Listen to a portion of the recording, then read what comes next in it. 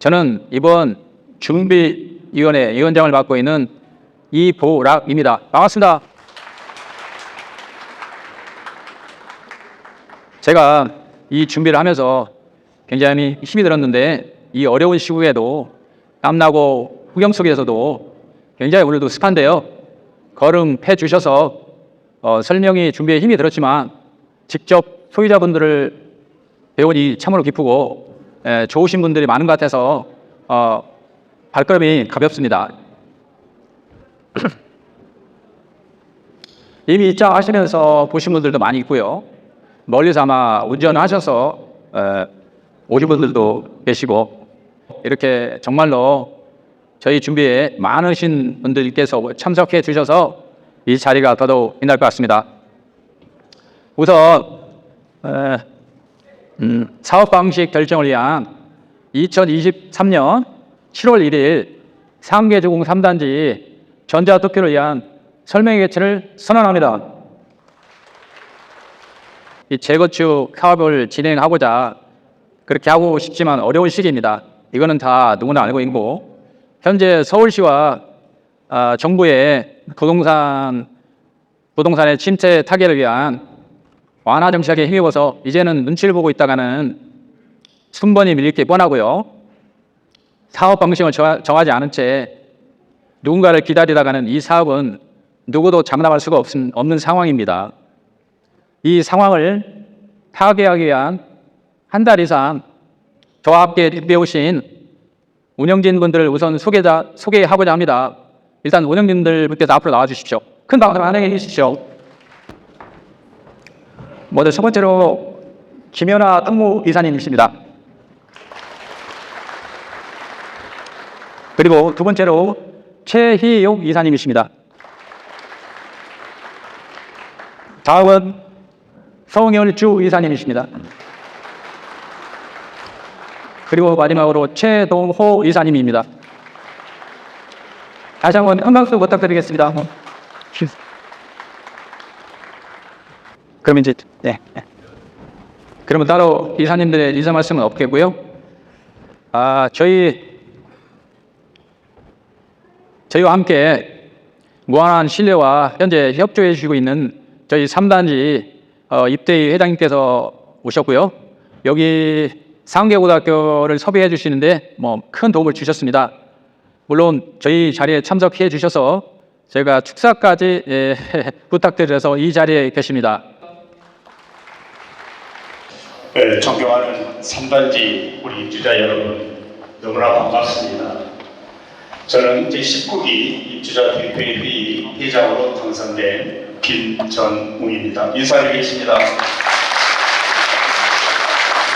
오늘 날씨를 보니까 올 들어 가장 더운 날씨, 폭염이라고 합니다.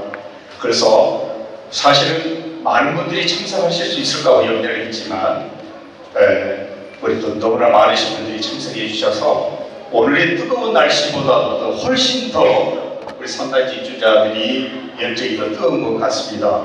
정말로 감사합니다.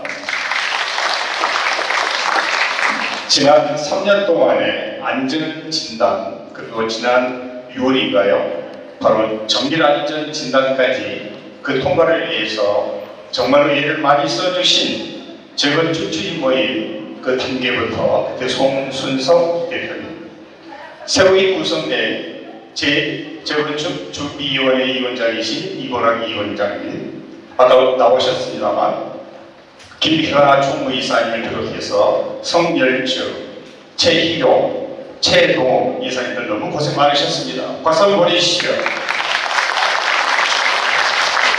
옆에 상계주공 1단지, 상계주공 2단지, 상계주공 6단지, 그 밖에 정밀안전진단을 통과한 다른 단지들도 여러 있습니다만, 오늘 이와 같이 조합 방식이냐 심판 방식이냐를 결정하는 중요한 자리를 만드는 것은 우리 3단지가 처음으로 가장 빨리 시작한 것 같습니다. 이거 역시 운영진들 너무 감사드리고요. 그리고 지금 우리 아파트는 1987년도에 입주를 시작해서 금년에 36년째 되는 정말 노후되고 그리고 많이 시설들이 낡고 불편한 그런 아파트입니다. 그럼에도 불구하고 우리 아파트는 노원구청을 바로 앞에 두고 주변에 많은 좋은 시설들 앞둔 정말로 좋은 최고의 입지에 자리한 정말 이름이 있는 그런 아파트가 될 것입니다. 우리 모두 우리 소유주 입주자 여러분들이 힘을 합쳐서 운영진과 함께 힘을 합쳐서 노력하지 않으면 아까 저기 나온 것처럼 오늘 이 순간 우리가 망설이면 앞으로 20년, 30년이 걸릴지 모르는 이 사업을 오늘 2023년 7월 1일을 시작으로 해서 운영진과 그리고 입주자 대표회의와 입주자 여러분들이 힘을 똘똘 뭉쳐서 함께 전진한다면 남들이 생각하는 10년, 20년이 아니라 더 빠른 시간 내에 재건축이 추진될 수 있을 것으로 판단이 됩니다. 재건축의 시작은 곧 어려움의 시작입니다. 정밀안전 진단을 통과했다고는 하나 앞으로 넘어야 할 산들이 너무나 많습니다. 난관이 많습니다. 어려움이 많습니다. 힘든 점이 많습니다. 그 모든 것들 운영진들과 입대위와 그리고 우리 입주자 여러분들이 함께 힘을 모아야 할 것입니다. 저는 지난 4월달에 입주자 대표 동대표를 319동 동대표를 비롯해서 입주자 대표회장에 출마하면서 재건축 추진에 대한 강한 의지를 보였고 역시 동양상으로 재건축 준비위원회 내지는 추진위원회와 긴밀한 협력관계와 지역 공동체 또는 지역사회와 함께 연계를 강화하겠다는 공약을 내세웠습니다. 반드시 실현시킬 수 있도록 노력하겠습니다. 거기에 힘을 보태주신 우리 입주자 여러분들께서 우리들과 함께 같이 한다면 정말 그야말로 노원이 아니라 강북에서 최고가는 랜드마크가 될 것이며 브랜드 가치가 높은 명품 아파트로 탄생할 것을 믿어 의심치 않습니다. 우리의 자산 가치는 우리 입주민들이 지켜야 될 것입니다. 우리 입주민 여러분들이 지금 우리 단톡방에 들어와 있는 여러 가지 내용들이 많습니다만 때로는 하고 싶은 말씀이 있고 때로는 거리하고 싶은 말씀이 있으면 바로 우리 운영진에게 말씀을 해주시면 좋겠습니다. 한편 입주자 대표회의는 나름대로 19개 동대표님들을 모시고 일을 함에 있어서 재건축이 될 때까지 우리 입주민들이 쾌적하고 편안하고 안전한 주거 생활을 할 수 있도록 최선을 다하겠습니다. 오늘 우리는 새로이 시작했습니다. 지난 3년 동안 걸어온 길이 험난이지만 앞으로 걸어갈 길도 험난합니다. 난관이 많습니다. 어려움이 많습니다. 우리 모두의 힘을 합쳐서 운영진과 함께 힘을 합쳐서 함께 나아갑시다. 입주민 여러분 대단히 감사합니다. 해설 말씀 감사합니다. 그러면 다음 순서로 저희 조합 방식 재건축에 대해서 강의해 주신 법무법인 센터로 정비사업을 전문하는 김정욱 변호사님을 소개합니다. 박수 부탁드립니다. 네, 다시 인사드리도록 하겠습니다. 예, 일단 오늘 이 자리에 이렇게 불러주신 상계주공 3단지 재건축 준비위원회 관계자분들께 진심으로 감사의 말씀을 드리고 이렇게 또 설명회에서 이런 설명을 할 수 있게 된 점에 대해서 굉장히 영광스럽게 생각합니다. 상계주공 3단지 재건축 반드시 성공할 것이라고 믿어 의심치 않습니다. 예, 제가 오늘 설명회 주제로 요청받은 주제가 조합 방식과 신탁 방식 그에 대한 차이점 그리고 뭐 장단점 그리고 법률 규정 이와 관련된 내용들입니다. 예, 이에 대해서 시작을 하도록 하겠습니다. 재건축 재개발만 전문으로 하고 있는 변호사들 15명이 지금 배치가 되어 있습니다. 예, 그 여러분들께서 잘 알고 계신 그 신탁 방식과 관련되어서도 지금 현재 여의도 쪽에서 진행하고 있는 여의도 광장 아파트, 예, 이 광장 아파트와 관련돼서 굉장히 큰 이슈가 있었는데요. 대법원까지 가서 그 통합 재건축을 할 수 있느냐, 예, 분리 재건축을 할 수 있느냐와 관련된 대법원 사안도 저희가 수행을 해서 최종적으로 승소했었던 사례가 있고요. 현재 신탁 대행 방식과 관련돼서는 현재 신림 1구역의 자문 변호사로 또 활동을 좀 하고 있습니다. 그래서 신탁 방식에 대해서도 예, 저희가 많은 연구를 좀 했었고 사례들을 가지고 있습니다.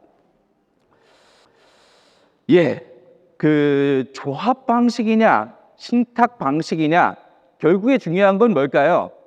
결국에 중요한 것은 우리 조합원님들 그리고 토지 소유자분들, 토지 등 소유자분들의 이익을 어떻게 극대화할 것인가, 그게 가장 큰 이슈라고 생각을 합니다.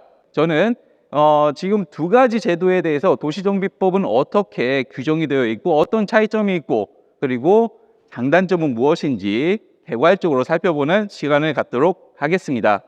요즘에 부동산 경기가 조금 떨어졌죠. 예, 그러기도 하고 가장 큰 이슈가 이제 공사비 인상입니다. 공사비 인상, 그리고 무엇보다 크게 주목을 받은 게 둔촌 주공 사태 때문에 과연 조합 방식대로 진행을 하는 것이 조합원님들의 이익에 부합을 하는 것이냐에 대한 의문점을 가지면서 신탁 방식에 대해서 많은 주목을 받게 된 것으로 보입니다.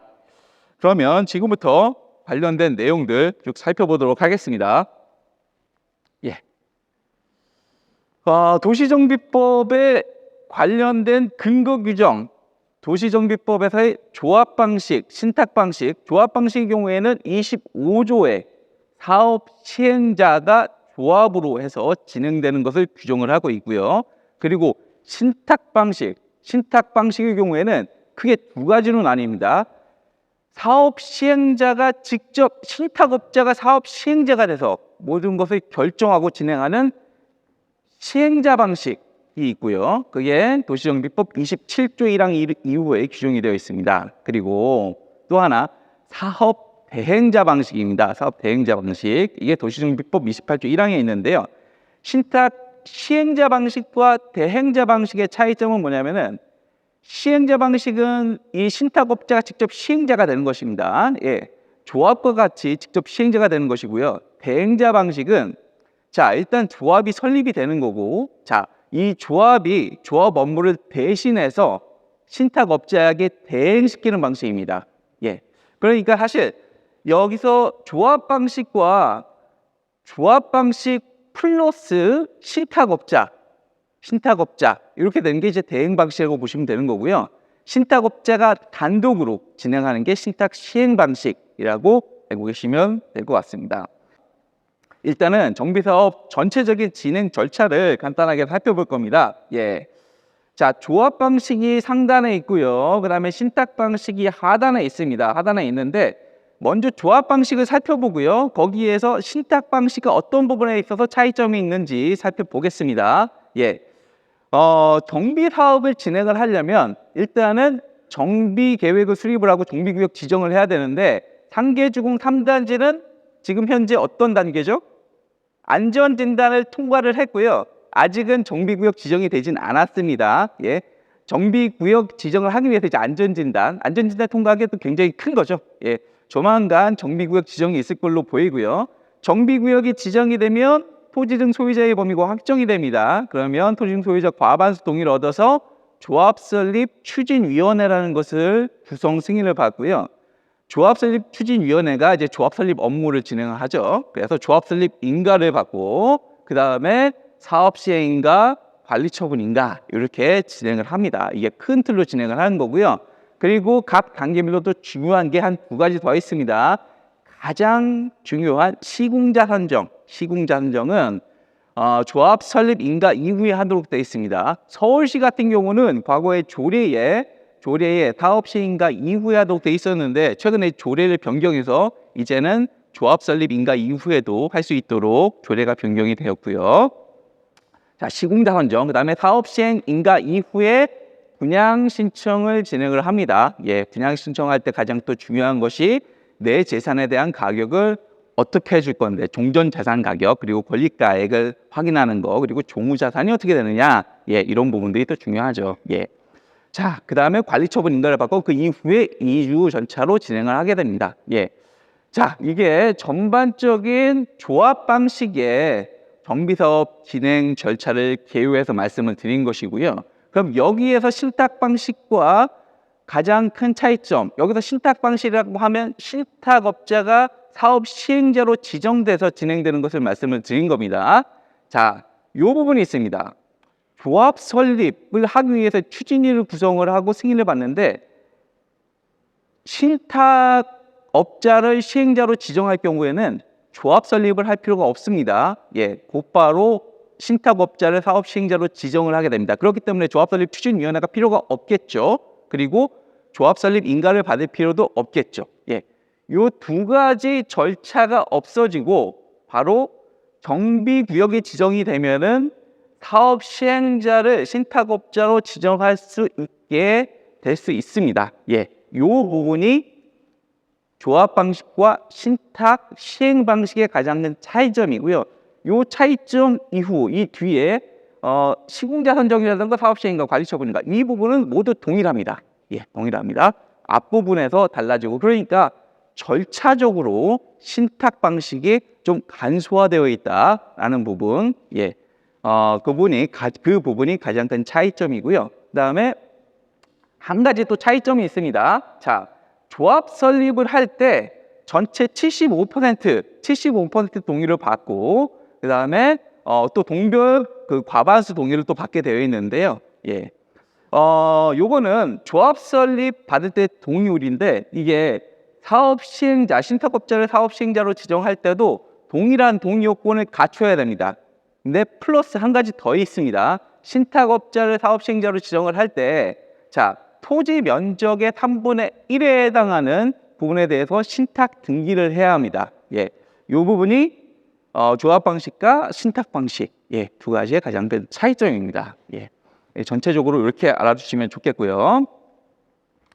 자, 지금부터 이제 조합 방식과 신탁 방식의 구체적인 차이점들을 하나씩 확인해 보겠습니다. 조합 방식에 있어서 가장 조합 방식과 신탁 방식의 차이점은 의사결정의 주체 그리고 절차가 어떻게 되느냐 이게 중요한 건데요.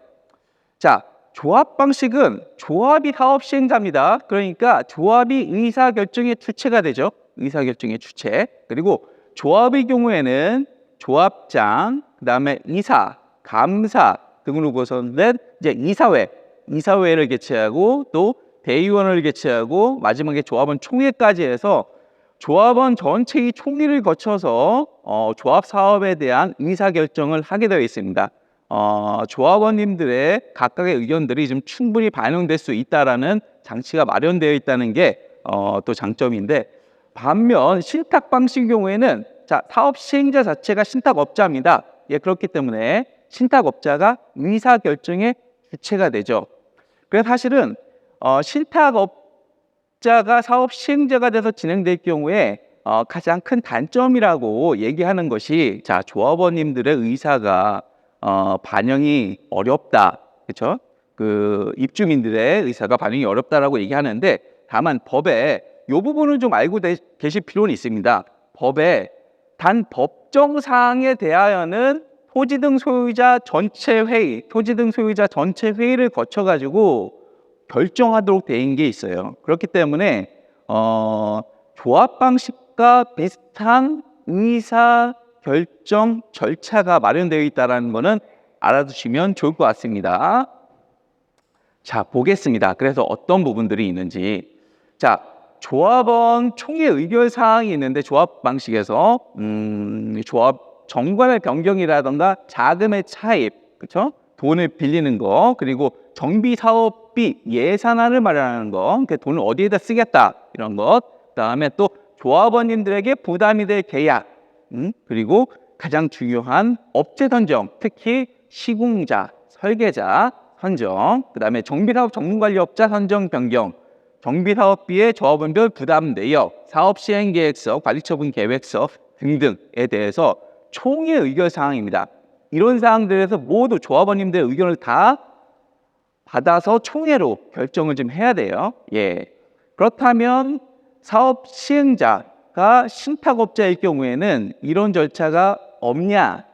그렇지 않습니다. 예, 토지 등 소유자 전체 회의라는 게 있습니다. 그래서 토지 등 소유자 전체 회의 의결 사항이 있습니다. 예, 보면은 정관의 변경과 비슷한 시행 규정의 확정과 변경, 정비사업비의 사용, 정비사업 전문관리업자 계약 등 토지 등 소유자에게 부담이 될 계약, 시공자 선정과 변경, 정비사업비의 부담 내용, 자금의 차입 등과 관련된 내용, 사업시행계획서, 관리처분계획서 등등과 관련돼서도 토지 등 소유자 전체 회의를 통해서 결정을 하고 사업 시행자는 이 부분에 대해서 받아들여서 그대로 진행을 해야 된다라는 이런 절차가 있습니다. 예. 그래서 이런 부분은 알아두시면 좋겠고요. 자, 그러면 또 한 가지 조합 방식에서는 조합 내부 운영과 결정을 위해서 조합 정관이라는 걸 통해서 진행을 하고요. 그다음에 시행 방식, 신탁 방식의 경우에는 시행 규정이라는 걸 만듭니다. 정관과 비슷한. 그래서 시행 규정에 들어갈 사항도 좀 살펴보도록 하겠습니다. 시행 규정에도 비용 부담과 회계, 그다음에 토지 등 소유자의 권리와 의무, 그다음에 관리 처분 계획 청산, 그다음에 시행 규정의 변경, 사업 시행 계획서의 변경, 그리고 앞서 살펴봤었던 토지 등 소유자 전체 회의, 예, 이런 것이 시행 규정에 포함이 되어야 될 사항으로 법정화가 되어 있습니다. 예.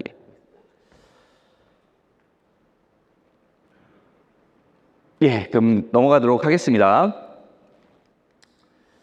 예, 그래서 조합 방식과 신탁 방식, 예, 그 표로 좀 비교를 좀 해봤습니다. 예, 여기에는 아까 말씀드렸던 대행자 방식도 함께 있는데요. 왼쪽부터 조합 방식, 가운데가 신탁 시행자 방식, 맨 오른쪽이 대행자 방식입니다. 신탁 대행자 방식. 그래서 일단 사업 시행자는 조합 방식의 경우에는 조합이겠죠. 말씀드린 바와 같이 추진위원회를 승인해서 그 다음에 추진위원회가 조합 설립 인가를 받는 방식으로 지정을 받게 되고요. 그 다음에 신탁 방식에서 시행자 방식의 경우에는 사업 시행자 지정 처분을 통해서 실적업자가 결정이 됩니다. 그 다음에 실탁 대행자 방식의 경우에는 사업 시행자가 실탁업자가 아닙니다.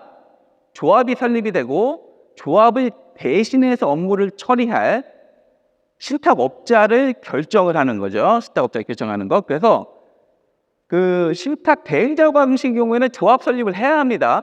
예. 추진 승인 조합 설립과 사업 대행자 결정. 예, 요 절차로 진행합니다. 그러니까 사업 대행자 방식의 경우에는 절차가 간소화된다라는 사업 시행자 방식보다는 조금 기존의 조합 방식과 동일한 절차를 거쳐야 된다는 점에서 조금 시행 방식보다는 절차가 하나 더 있다라는 거 알아두시면 좋겠고요. 자, 동의 요건은 말씀드린 바와 같이 조합 방식의 경우에는 75%, 신탁 방식의 경우에 또 75%. 근데 신탁 방식의 경우에는 플러스 하나 더 있습니다. 토지 면적의 3분의 1을 신탁 등기를 해야 된다는 요건이 있습니다. 그리고 신탁 대행자 방식 외에는 조합원 과반수 동의 플러스 여기도 토지 면적의 3분의 1의 신탁 등기를 해야 합니다. 그다음에 최고 의사 결정기구 조합 방식 후에는 조합원 총회, 그다음에 신탁 방식 후에는 토지 소유자 전체 회의를 통해서 결정을 하고 최종 의사 결정은 사업 시행자인 신탁업자가 하도록 되어 있죠. 그리고 신탁 방식 후에는 조합원 총회 이렇게 되고 내부 규정은 조합 방식은 조합 정관, 신탁 방식은 시행 규정, 그다음에 신탁 대행자 방식은 조합 정관에 따라서 하고요. 자, 시행자 선정 시기는 조합 방식은 조합 설립 인가 후, 그다음에 신탁에서 신탁 시행자 방식은 사업 시행자 지정 후, 그다음에 신탁 대행자 방식은 사업 대행자 결정 후에 진행을 합니다. 자, 그다음에 이제 중요한 게 있습니다. 중요한 거. 자금 조달 굉장히 중요하죠. 사실 이 정비 사업을 진행하는 데 있어서 자금을 얼마만큼 원활하게 조달할 수 있느냐, 이것도 사업 속도, 진행과 관련돼서 굉장히 중요한 사항인데요. 조합의 경우에는 사업 시행자가 조합이기 때문에 조합이 직접 자금 조달을 해야죠. 그리고 자금 관리도 조합이 관리를 합니다. 예. 근데 신탁 시행자 방식의 경우에는 실탁업자가 자금을 조달을 하고 자금 관리까지 다 합니다. 그다음에 신탁 대행자 방식에서도 통상적으로는 신탁업자가 자금을 조달하고 관리까지도 신탁업자가 좀 하고 있습니다. 예. 자, 분양 주체는 조합 방식의 경우에는 조합, 신탁 시행자 방식의 경우에는 신탁업자, 그리고 신탁 대행자 방식은 이제 조합 이렇게 되어 있습니다. 이런 차이점이 있습니다. 예. 자, 가만 보면 조합 방식과 신탁 방식 전체적으로 주체가 누가 된다? 조합 방식 경우에는 조합원들로 구성된 이제 조합. 그 다음에 신탁 시행자 방식의 경우에는 신탁업자가 주체가 돼서 진행을 하는데, 자, 마지막 신탁 대행자 방식은 이 두 개를 좀 짬뽕해 놓은 걸로 보입니다. 예, 두 개를 좀 섞여 있다고 보시면 돼요. 예, 다만 중요한 것은 신탁 대행자 방식의 사업 시행자는 조합이다라는 거, 그리고 조합이 최종적으로 결정권을 갖는다는 거 알고 계시면 좋겠습니다. 자, 특성 이게 이제 장단점을 좀 볼 건데요. 예. 자, 조합 방식이 왼쪽, 신탁 방식이 오른쪽 이렇게 되어 있습니다. 그래서 조합 방식의 장점부터 한번 보도록 하겠습니다. 조합 방식. 자, 맨 위에 조합원 주도, 개발이익의 귀속, 사례가 풍부하다 이렇게 되어 있는데요. 예. 조합 방식의 경우에는 조합이 주체가 돼서 추진위원회, 이사회, 대의원회, 조합 총회 의견을 거쳐가지고 모든 사업의 진행, 조합 설립부터 사업 시행, 조합 설립, 사업 시행, 관리 처분까지 조합원들의 의견에 따라 사업이 진행된다는 장점이 있죠. 예. 그리고 개발이익이 날 경우에는 조합에 다 귀속이 되고 또 조합원들에게 다 분배가 된다는 장점이 있습니다. 그리고 이게 또 가장 큰 장점 중에 하나인데요. 일단 사례가 풍부하다. 예, 사례가 풍부하고, 예, 그리고 국토교통부가 또 표준정관이라는 것을 마련을 해서 여러 가지 적용할 수 있는 참조 사례들이 많이 있다. 참조 자료들 많이 있다라는 거, 이게 가장 큰 장점입니다. 예. 자, 근데 이런 단점들도 있습니다. 자, 이 재개발, 재건축 사업, 이런 정비 사업이라는 게 사실 그냥 뭐 몇억, 몇십억짜리 사업이 아니에요. 상계중 3단지 같은 경우는 2,000세대가 넘죠. 예, 최소한 공사비만 해도 수천억이 될 걸로 예상이 되고, 뭐 조 단위가 될 수도 있습니다. 최근에 공사비가 인상이 돼가지고 조 단위가 될 수도 있습니다. 예. 자, 이런 사업에 대해서 실질적으로 주도해서 진행할 사람들이 전문가들로 구성이 되어 있느냐, 예, 이 부분에 있어서 조합 방식에 있어서는 좀 물음표가 있습니다. 물음표. 예. 자, 그러니까 실제로 이제 조합 임원분들이 되시는 분들이 이런 분들 다 이제 전문가들로 이제 구성이 되어 있으면 굉장히 좋겠죠. 예. 근데 그동안의 사례들에 있어서는 이런 분들이 전문가들로 구성된 사례가 좀 적다. 그러다 보니까 사실 여러 업체들을 통해서 진행을 하고 사업을 진행하면서 이제 좀 전문가가 되는데, 그러다 보니까 비전문가들로 구성되어 있다 보니까 실무 처리라든가 이런 데 오류 가능성이 좀 있었던 경우가 있었습니다. 그래서 이런 게 단점으로 좀 꼽히고요. 또 협상력은 이제 협력 업체들과의 협상력. 자, 비전문가들, 특히 시공자와 도급 계약서와 공사비 협상, 이게 굉장히 중요한 건데요. 이런 부분들에 있어서 아무래도 전문적인 능력 부분에 있어서 좀 물음표가 있다. 그리고 또 한 가지, 시공사와 도급 계약을 할 때는 여태까지 모든 현장에서 조합 임원들의 연대 보증을 요구를 하고 연대 보증을 해왔습니다. 예, 그래서 이 부분에 있어서도 좀 여러 가지 부담이 있었고, 또 조합 방식은 조합에서 진행을 하니까 초기에 자금 조달하는 게 쉽지가 않습니다. 사실 여기 이렇게 모이는 것도 돈이 실제로 들어가는 거고, 조합원 총회를 하면은 한 번 할 때마다 몇 억씩 들어가거든요. 예. 근데 그 돈을 어떻게 갖고 오느냐, 조합 또는 추진위원회에서 직접 조달을 해야 돼요. 예. 그런 부분들에서 여러 가지 어려움이 있어서, 예, 조합 추진이 좀 어려운 경우도 있고요. 자, 그리고 조합원 사이의 갈등, 이게 이제 뭐 비대위라고 얘기를 하죠. 예, 그래서 여러 가지 소송들을 제기할 경우에 사업이 지연될 가능성이 있고, 또 만약에 조합 집행부가 변경이 된다, 그러면 그에 따라서 또 사업이 지연될 가능성도 있다. 자, 이런 부분들이 단점으로 좀 많이 지적이 됐었습니다. 네, 죄송합니다. 예. 자, 그러면 이제 신탁 방식의 장점과 단점을 볼 건데요. 그게 크로스가 됩니다. 이렇게 조합 방식의 장점이 이제 신탁 방식의 단점과 크로스가 되고요. 조합 방식의 단점이 신탁 방식의 장점과 크로스가 됩니다. 보겠습니다. 아까 조합 방식은 아무래도 전문성에 대한 지적이 있었는데 신탁 방식의 경우에는 지금 이 사업을 주도하고 있는 그 실질적으로 전문가들을 제가 영입을 해서 진행을 하고 실무 사례들 이런 것들도 있기 때문에 아무래도 전문적인 업무 처리가 가능하다. 그리고 절차 간수 이 부분 아까 말씀드렸죠. 신탁 시행 방식의 경우에는 조합 설립 추진위원회, 그 다음에 조합 설립 인가 절차가 없다라는 거, 그래서 간소가 있다라는 거, 그 다음에 자금 조달, 초기 자금 조달이 용이하죠. 신탁업자가 직접 자금을 조달해 옵니다. 그런 부분이 있고, 그 다음에 금융회사로부터 대출도 상대적으로 좀 용이하다라는 장점, 그 다음에 시공자와 협상 시 아무래도 전문적인 인력이 배치돼 협상을 하다 보니까 공사비 협상이라든가 이런데 좀 우위를 선점할 수 있다라는 장점이 있습니다.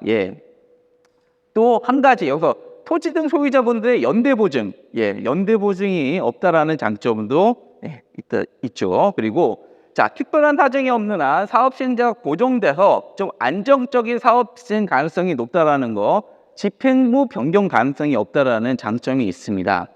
요게 자, 조합 방식의 단점과 신탁 방식의 장점이 서로 크로스가 된다라는 거, 그렇게 비교해 보시면은 쉽게 아실 수 있고요. 자, 그러면 신탁 방식의 단점도 좀 보겠습니다. 단점은 조합 방식의 장점과 또 크로스가 됩니다. 자, 조합 방식의 장점에서는 개발이익이 날 경우에 조합원들에게 이제 다 귀속된다고 하는데 신탁 방식의 단점 중에 하나가 신탁 수수료라는 게 항상 지적이 되고 있습니다. 신탁 수수료 있습니다. 신탁업자에 대한 수수료가 발생. 이걸 어떻게 보면 좀 당연한 걸 거예요. 전문적인 사람을 고용을 해서 그 혜택을 보려면은 돈을 내는 게 어떻게 보면 당연하겠죠. 다만 이 신탁 수수료가 정당하게 계산이 된 거고 정당하게 산정이 된 거냐. 자, 요 부분에 있어서는 그동안 여러 가지 의문을 제기하는 게 많이 있었고 실제로 상당히 좀 높다. 너무 높아서 과연 신탁업자를 선정한 게 맞냐 이런 문제가 지적되긴 했었습니다. 그래서 이런 부분에 대한 문제가 좀 있었고요. 그 다음에 조합원 의사를 반영하는데 좀 제한이 있다.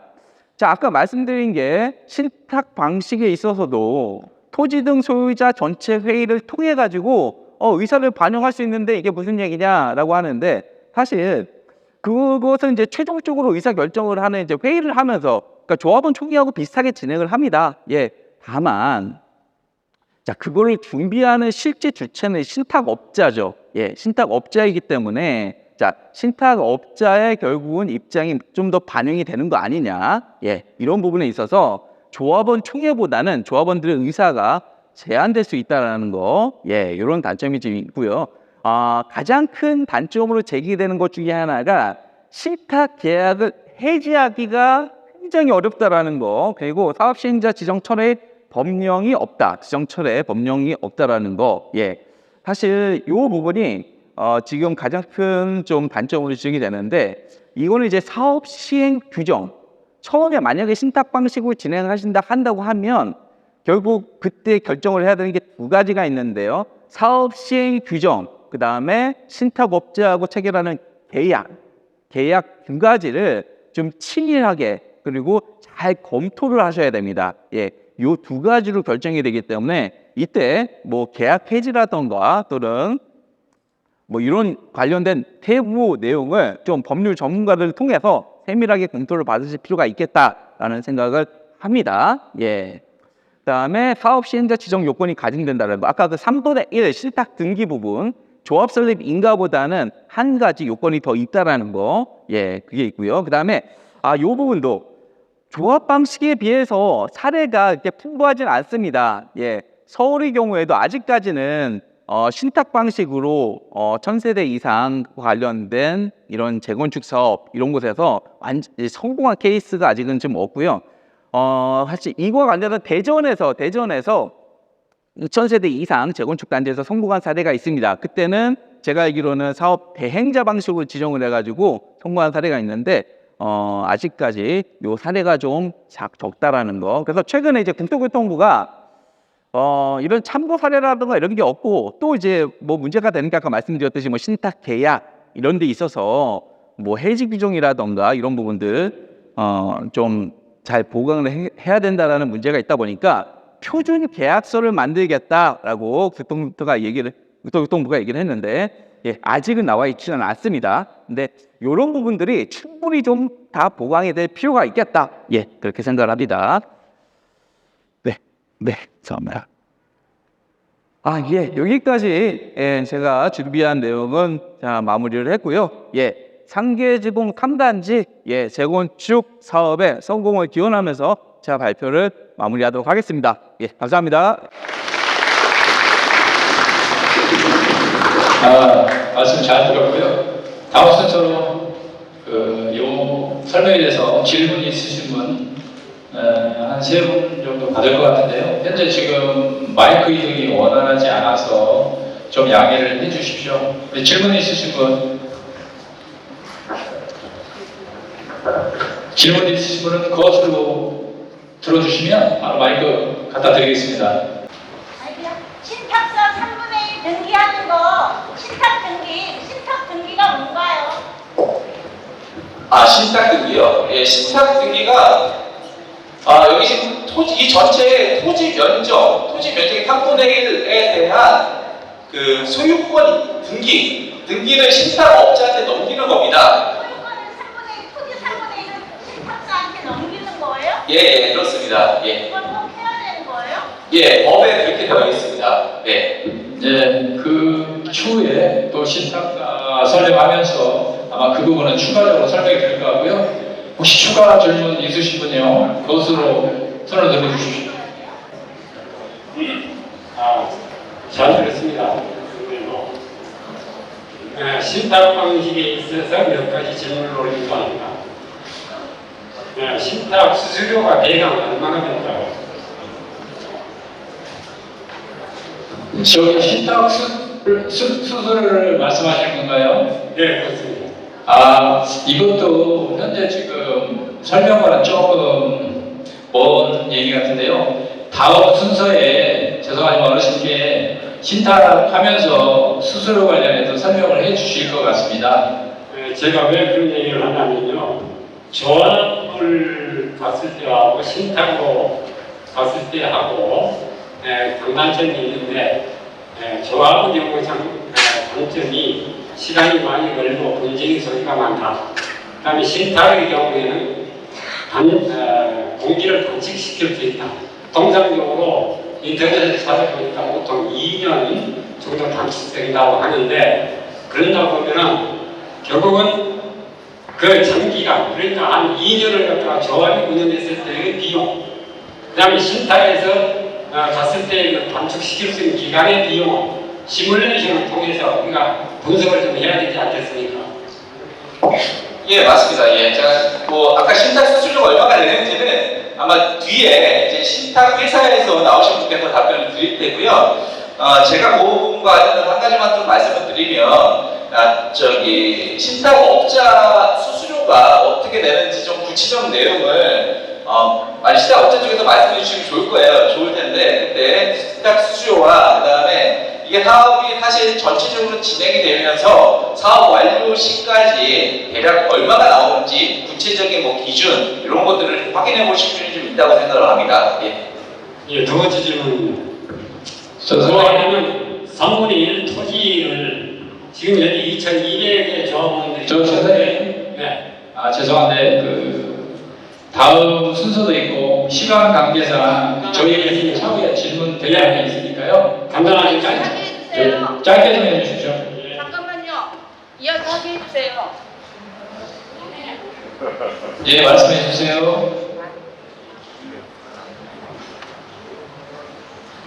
그러면 신탁으로 갔을 경우에 지금 이제 마지막에 조합 플러스 신탁 그 경우도 신탁으로 결정이 만약에 두 가지를 놓고 지금 투표를 하지 않겠습니까? 그럼 신탁하고 그다음에 신탁 플러스 조합하고 세 가지 경우를 놓고 투표를 하는 겁니까? 아닙니다. 신탁으로 갈지 조합으로 갈지 신탁으로 갈지에 대한 설명이었고요. 그거에 대한 결정입니다. 추후에. 그러니까 앞으로 선거 투표를 할 거 아닙니까? 어느 거를 선택할지. 예, 그러면은 세 가지 경우를 놓고 1, 2, 3이라면 예를 들어 1, 2, 3이면 3을 선택할지 2를 선택할지 조합원이 선택을 하는 거죠. 저희가 두 가지로 지금 설명을 드리고 있는데요. 조합으로 가서 앞으로 사업 진행을 할 것이냐, 아니면 신탁으로 가서 할 것이냐, 그러면 1번과 2번이겠죠. 대답이 됐을까요, 선생님? 아니 아까 설명의 경우에 세 번째 부분이 있지 않습니까? 신탁 플러스 조합. 신탁의 시행자 방식과 그렇죠. 대행자 방식을 있는데, 예. 대행 방식은 현재 저희가 생각하고 있지 않은 방법이고요. 그 부분은 현재 오늘 설명회하고는 조금 무관한 것 같습니다. 저희는 조합 방식을 선택할 것이냐, 신탁 시행을 할 것이냐, 이 부분을 말씀을 드리는 겁니다. 그럼 나중에 신탁으로 만약에 신탁이 결정이 되면 그 다음에 좀 이거 좀 할 수 있을까요? 그거 생각 안 하고 있어요, 전혀? 아직까지는? 예, 그 질문은 추후에 답변 드리겠습니다. 정식으로 질문하실 분들은 마이크를 받고 질문을 좀 부탁드리겠습니다. 신탁 방식으로 갔을 때 그 다음에 대행자 방식과 시행자 방식을 선택할 수 있어요. 지금은 조합으로 갈지 신탁으로 갈지 모르는 상황에서 너무 앞서 나가는 질문이라고 생각하고요. 진행이 너무 늦어졌고 지금 서 계신 분들이 너무 많기 때문에 다음 진행 이어나가겠습니다. 알겠습니다. 네, 이상 내려가도록 하겠습니다. 감사합니다. 네, 수고해 주셨고요.